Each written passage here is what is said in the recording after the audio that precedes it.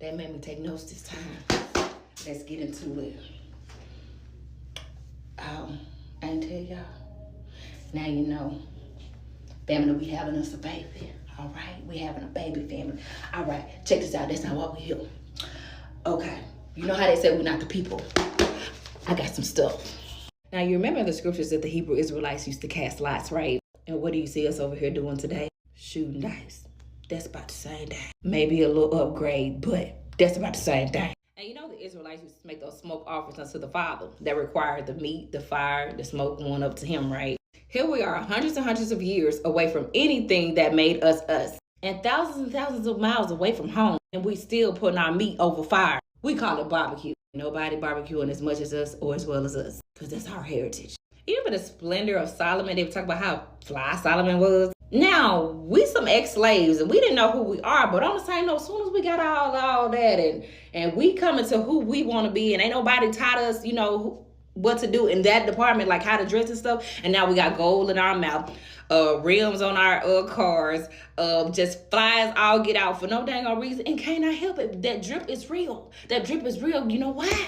Because it's in your blood. You got it from your descendant Solomon. That splendor of Solomon is in you. It ain't going nowhere. And can't nobody drip like us. The head coverings. Yes, the awakened women are getting back to the head coverings, true enough. But baby, even the sleep Hebrew women wearing the bonnets. A head covering. And then if it's not the bonnet, they covered it with a wig. It all goes back to us having a habit of covering our hair because that was a part of our culture. And then the men with the big appetite, you gotta have a whole bunch of different women. Baby, you got that from Jacob.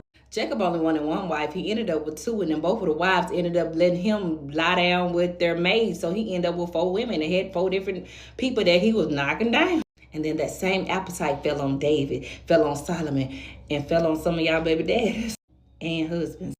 And then it talks about how we used to put flour on the meat in the scripture. And we still over here frying chicken like it ain't nobody's business. Putting that meat in that flour like we did back in the day because that was a part of our culture. And you know how the American language is written from, well, English language is written from left to right. Hebrew is from right to left.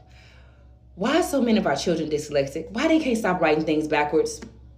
Because it was a part of the culture to see things a certain way, things were a certain way for us. So even though we're hundreds and hundreds of years away from our actual culture and anything that made us us, and thousands of miles away from home, we still have these things deep down in our blood and in our bones. That's why some of our children are dyslexic. And this last one, I'm going to bring scripture for us. Let's get it good. Yahuwah says, the women of Zion are haughty, walking along with outstretched necks, flirting with their eyes, strutting along with swaying hips. Ain't that sound like our little young women today? With ornaments jingling on their ankles. Therefore, Yahuwah will bring swords on the heads of the women of Zion. Bring swords on the head of the women of Zion. Yahuwah will make their scalps bald. You mean like that? Or like that? Y'all gonna quit playing with me. Y'all gonna quit playing with me.